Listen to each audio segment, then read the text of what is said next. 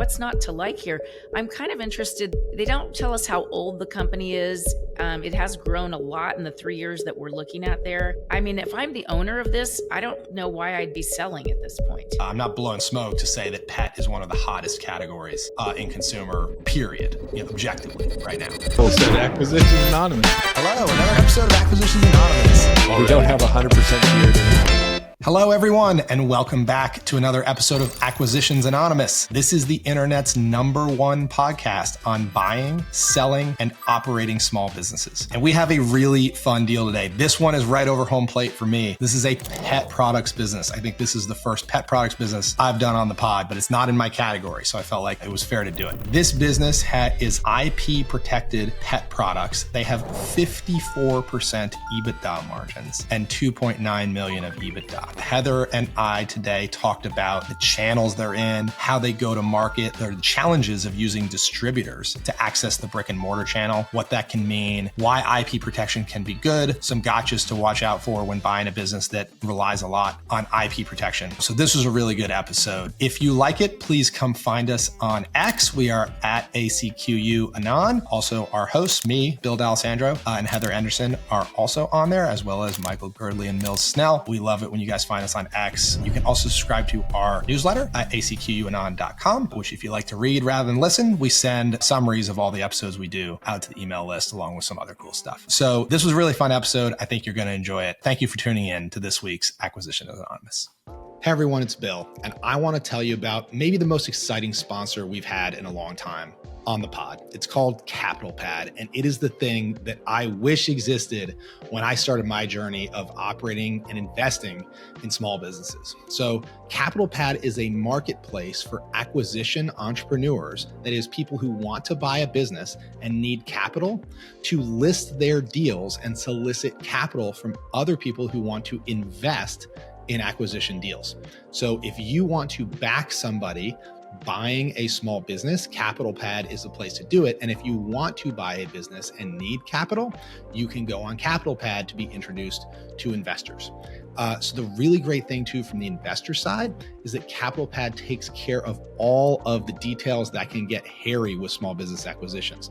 They handle standardized terms, standardized governance, standardized distributions, all upfront in black and white. Basically, Capital Pad professionalizes investing in small businesses. And the returns can be really, really good. I'm so stoked they exist. It's founded by my friend Travis, who is a phenomenal entrepreneur in his own right.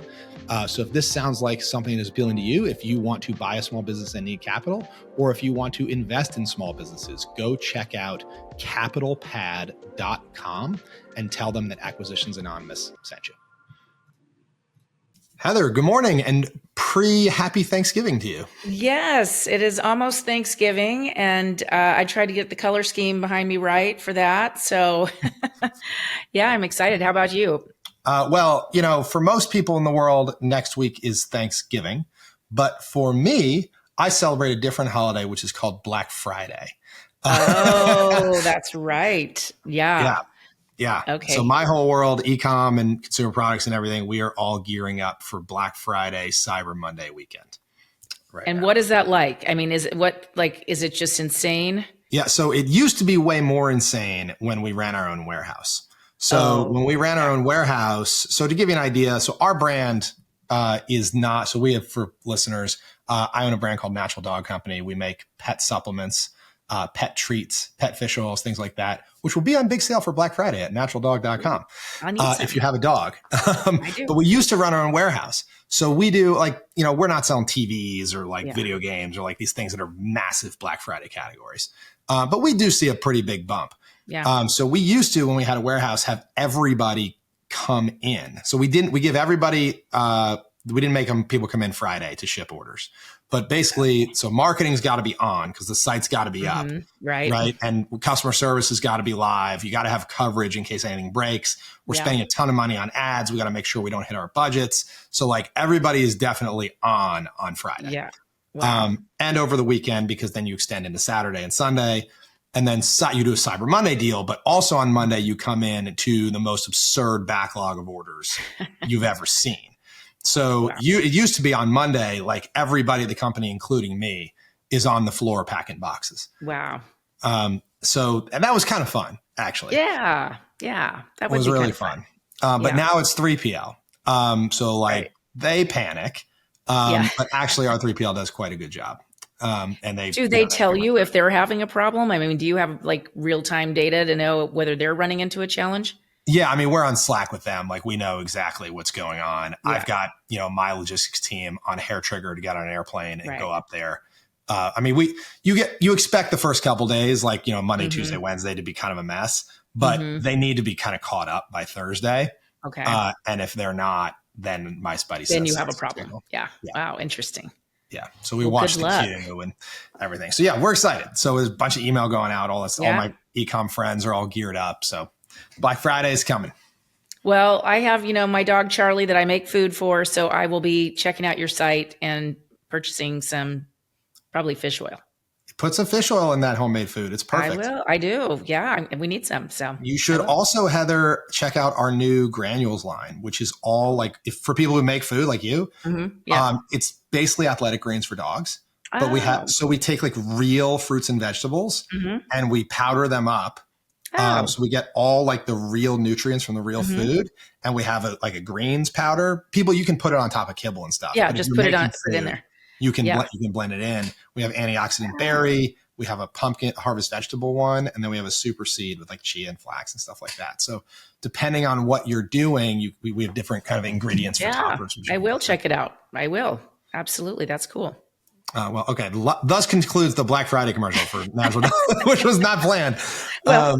But it's a good lead in because we're doing a pet deal today, which I'm excited about.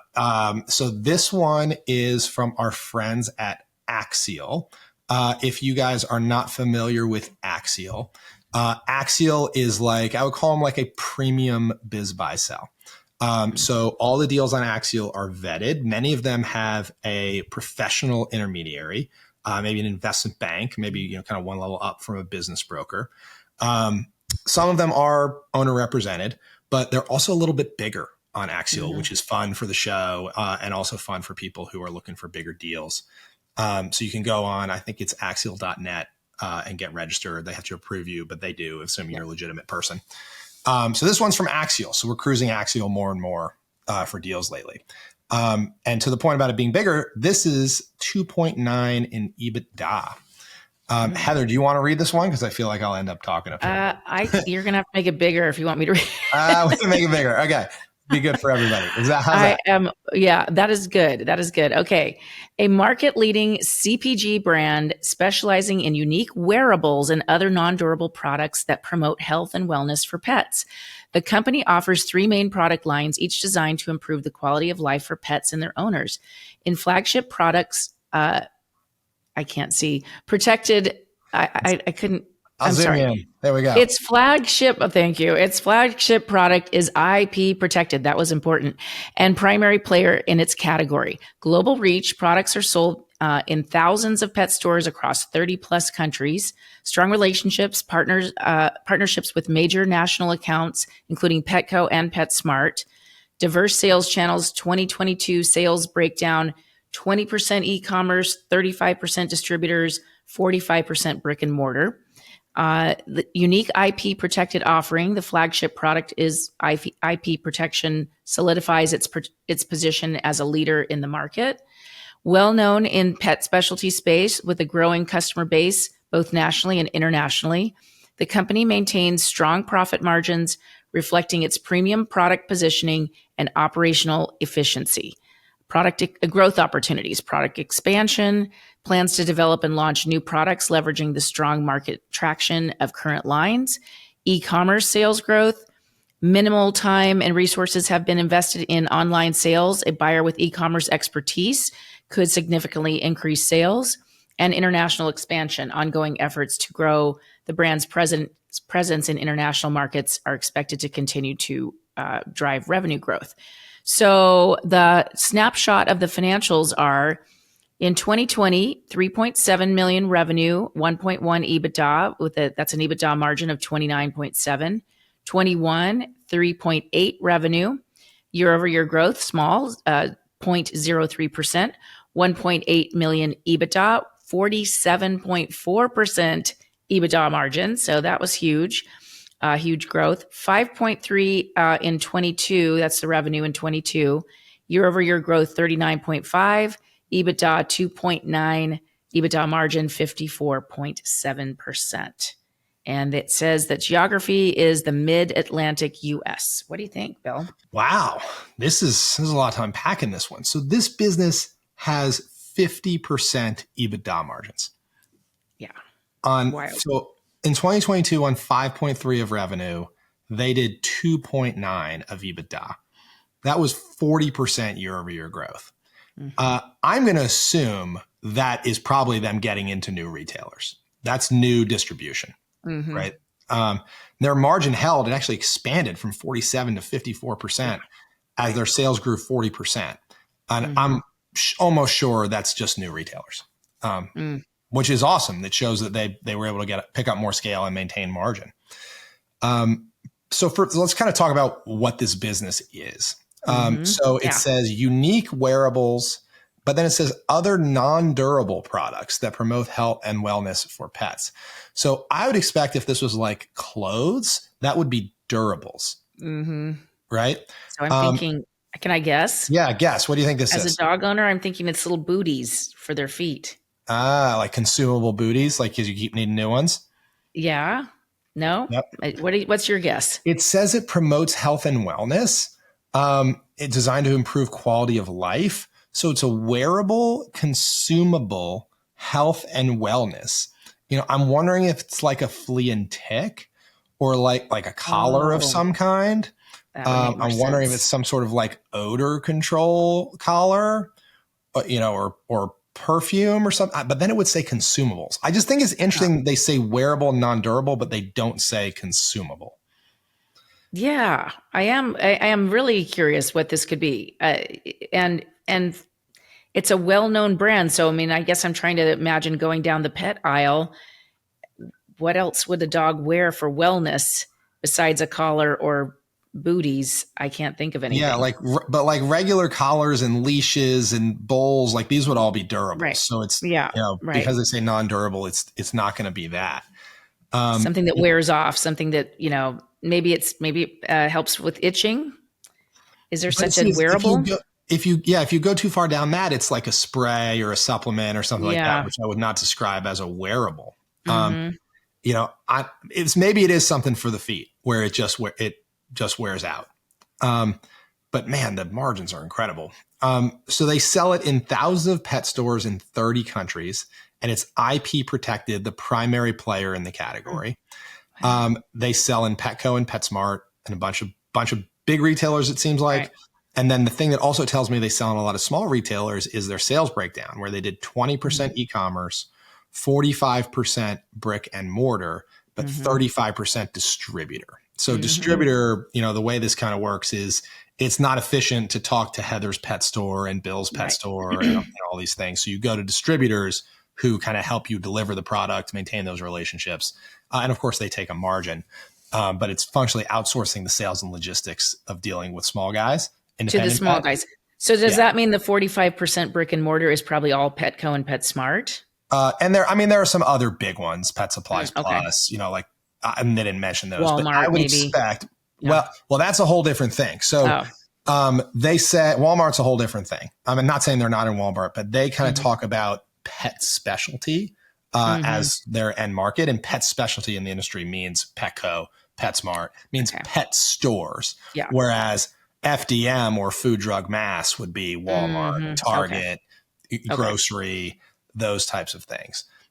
So it says they're well known in the pet specialty space. So I'm not sure how much they're doing outside of pet specialty. Okay. And it sounds like it is a very specialty pet thing, like that you might not see in other areas. Right. So I'd have questions about that.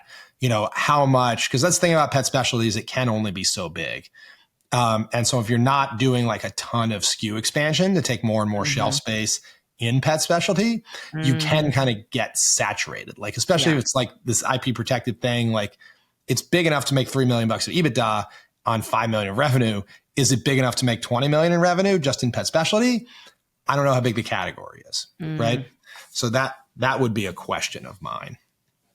Interesting. I also would worry this distribution model. One of the big gotchas is that your distributors will go to Amazon, or they will sell to what they think are retailers, but are actually just Amazon hustlers.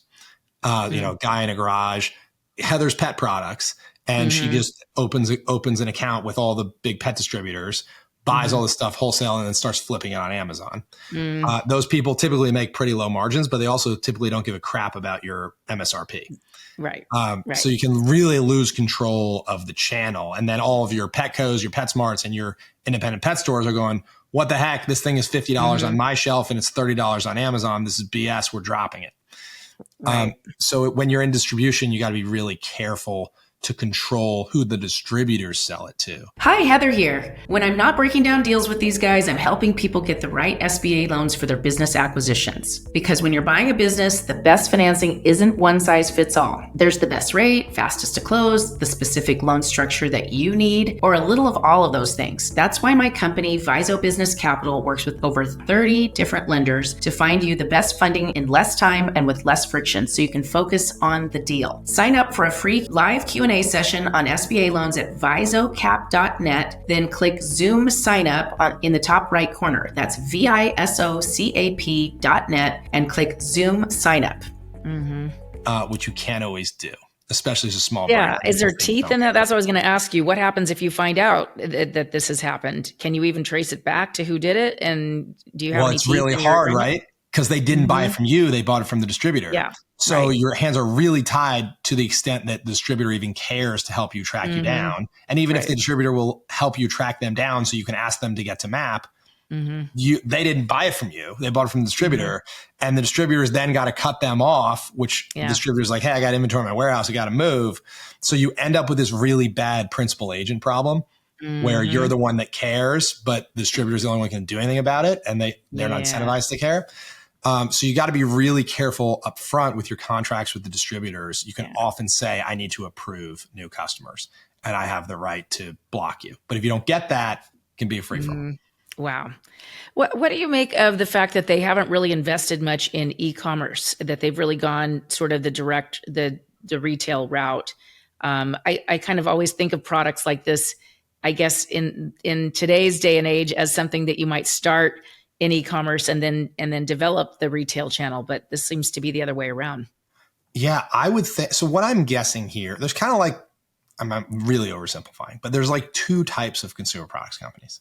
There are consumer products companies that are started by marketers that understand, what consumers want, create a product to give it to them and cram it through the channel.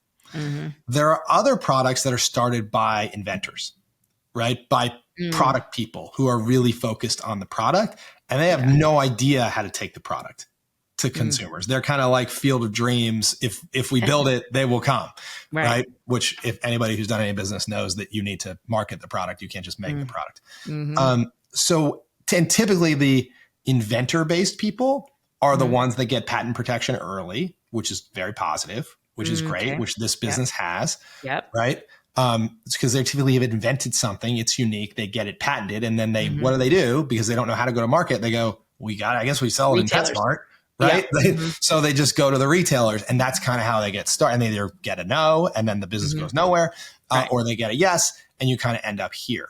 Then they start hearing about e-com. They kind of stand up e-com, but they have no idea how to do e-com, which is the whole thing, ads and Shopify and Google. Like there's so much in e-com. So they usually just stand up a website. They hire an agency to run some basic ads and they kind of take what comes. And if I had to guess, that's what this is. And this is why they've got 80% of revenue through distributors and bricks and mortar and 20% through e-com.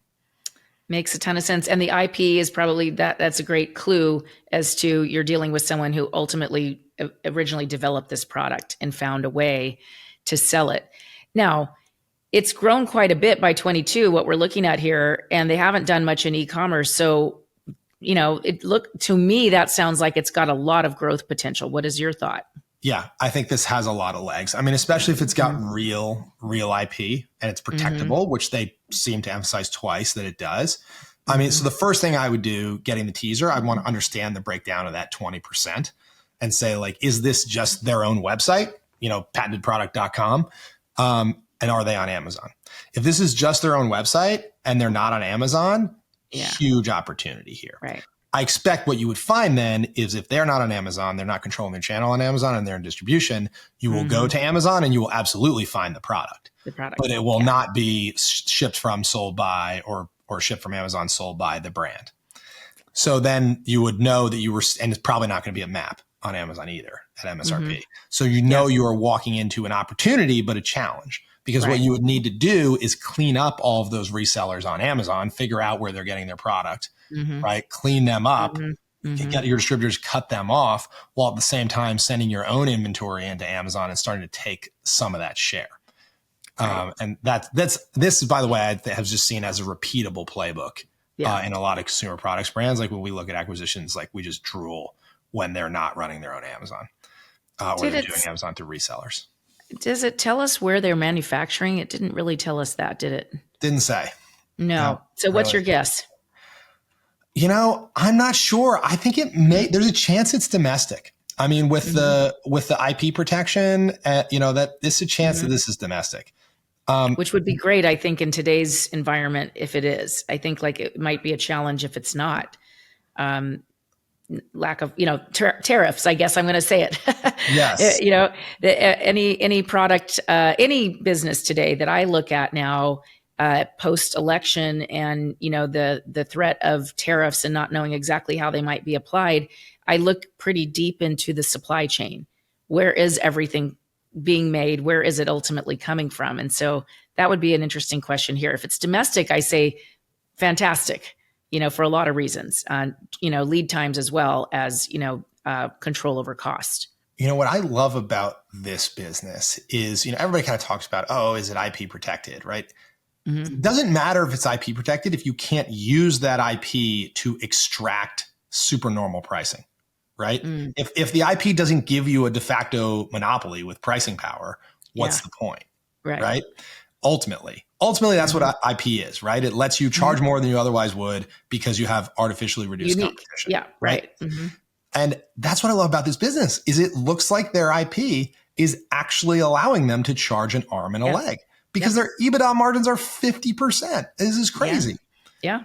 And they must be marketing that somehow. Like we've got, whatever this product does, it's the only one that does it as well as it does, or maybe that does it at all. They definitely say they're the leader in that space. So what's not to like here? I'm kind of interested. They don't tell us how old the company is. It has grown a lot in the 3 years that we're looking at there. I mean, if I'm the owner of this, I don't know why I'd be selling at this point. I mean, I don't know how old this business is. That's the question. It could be 15 years old, in which case I like it even more. Well, maybe we'll have to, now I got patent expiration questions. But which you definitely need a diligence because margins like this only exist because of that IP. Because of that. Right. So you're going to have a real problem when that patent expires. I don't know. There are plenty of good reasons to be selling this, right? Like if they've been in it for 10 years, the owners have no idea how to do e-com. I mean, it's growing well, and they just won like a whole bunch of new accounts. They've grown a lot. Maybe they just say, hey, I want to get liquid. I don't know. I actually like this one a lot. I'm kind of surprised. I do too. Yeah, absolutely. But now a lot of people are going to like it, I think. And so what kind of price multiple do you think happens when a lot of people like something like this? Okay. So let's talk about the things that make this good and the things that make this bad. We've talked a lot about the things that make this good, right? The IP, the margins, it's growing, the opportunity in e-com. Like, the other thing that makes this good is the category. I mean, I'm a little self-interested here to say this, but it is not, I'm not blowing smoke to say that pet is one of the hottest categories in consumer, period, objectively right now.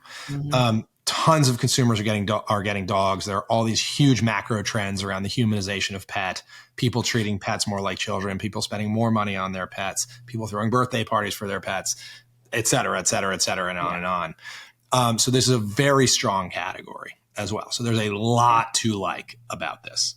The things that are less sexy about this are the fact that it's kind of some sort of wearable. It's not It's like the parts of pet that are getting beat up right now are like the commodity toys, like all the stuff that's made in China that's not that differentiated, Yeah. the bones, the stupid costumes, the booties, like any of that stuff. People aren't psyched about that because it's a red ocean. It's price competitive. Like, it's the supply chains are complicated. Like it's very crowded. It's easy private label. Like all these things aren't good. So if it's that makes it less cool, less sexy to an investor. But I'm having trouble pinning down this wearable, but also non-durable. Yeah. It's quality of life. It could be like a splint or like a brace for older dogs. I don't know how that makes it consumable and non-durable, but I don't know. But like, if this is in a good part of pet, this could get a lot of investors really excited. Yeah. Now we're going to be, I'm going to go to PetSmart and just try to figure it out. Yeah. I don't know. I mean, what this could be. Yeah. But I do like it. And I think, now you're talking 2.9 million EBITDA. Definitely too big for an SBA loan. No one is buying, and the multiple, I think, of the almost 3 million of EBITDA is going to be too high for the 5 million SBA cap anyway, even if you could figure that out. So, it's probably not. I also kind of think maybe this is a private equity deal or a strategic buyer. What do you think? Yeah, 100%. I think this is a private equity deal for sure. I mean, maybe strategic, like an adjacent competitor, like someone that's in their category in the same aisle at Petco, PetSmart. Yeah. Easy bolt on here. Definite private equity interest. It's sniffing that 3 million of EBITDA. Private equity would love to see it at 4 or 5, but I think people are showing lately they'll flex down in pet. I mean, I think this goes for 8 to 12 times EBITDA. Yeah, I was going to say at least 8. 12, maybe up to 12. It's once you know more about what the product is and that non-durable piece of it, is that really the razor blade, that keeps getting replaced, and that's the ultimate business model that is basically creates recurring revenue. Yeah, then it's higher than 8. Yeah, absolutely. Yeah, for sure. It's just, and I mean, also the things that could depress value, like if their patent's got 3 years left on it, that's obviously going to be a huge problem. But like, assuming you've got good runway on the patent, I would come in, I would try to fix the e-com. I'd probably do more product development, build out the SKU set around the hero SKU. I think there's a lot to like here, especially because it's growing. Like EBITDA margins are insane. I think this goes for a high single digit, low double digit number to private equity. Yeah. So, agree. Thumbs up. It's a good one. This is the type of stuff you see on Axial. Like, it's this is a good business that's going to find a home. It's quality. Absolutely. Yeah. And even though you said, I want to mention, even though you said that most of the deals on Axial are a little bit larger, a lot of them are SBA sized. I've actually helped clients close quite a few deals that were found on Axial with SBA loans. So it's got a little bit of both, but they are basically known for the quality of the deals. So it's nice. Yeah, this is a good one. It's just the multiple on this one being IP protected, and the margins is going to push it way out of SBA land, just on multiple. Yeah. But this is a cool one. I like to see it. It's a business like this reminds me of, I think it's like a Buffett or a Munger quote where, he says, I would rather buy a good business at a fair price than a fair business at a good price. It's very true. It is very true. I see people losing out on good deals, trying to nickel and dime it a little too much. And I think that's so right. If you've got a good one, you pay more for it. Absolutely. Yeah. Pay a fair price for a good business, and you're going to be it's a full price for a fair business, right? Right. Versus getting a screaming deal on a business that's got all kinds of problems. That's a very different not such a deal. No. Not such a deal. Yeah. No. So this to me looks like a good business. The question now will be, can you pay a fair price, or do you have to pay a ridiculous price? And given the category and the growth, there's a chance, if they have a good intermediary here, which we can't tell from Axial, if they run a good process, they may get a very strong price.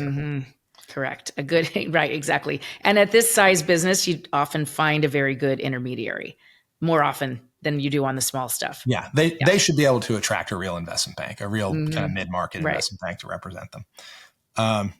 All right. Anything else on this one, Heather? No, that was a good one. This is a good one. All right. If you guys like this, consumer products, or an e-commerce or pet, go to our website, acquanon.com. We're going to push 400 episodes soon. And they're all on our website. And you can filter them by industry. So if you're into this, you can go binge a ton more episodes. We hear from listeners all the time that Acquisitions Anonymous is very bingeable, and they just go deal to deal to deal in their chosen industry. So we've got them all organized on our website to facilitate you binging Acquisitions Anonymous this Thanksgiving Black Friday season. What better to do with your time? That's right. That's right. So thank you for tuning in to this week's episode of Acquisitions Anonymous, and we will see you next time.